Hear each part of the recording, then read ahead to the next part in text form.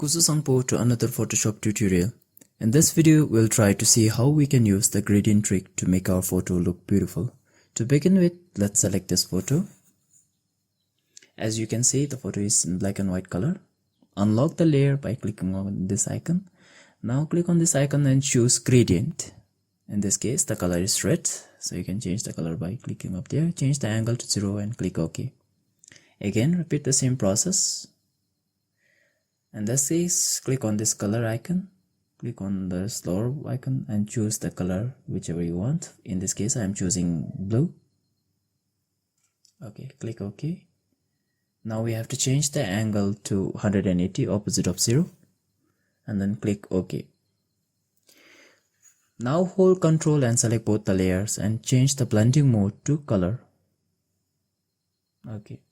Now group both the gradient fill by clicking on this icon. That's all for today, and if you like the video, do subscribe and leave a like.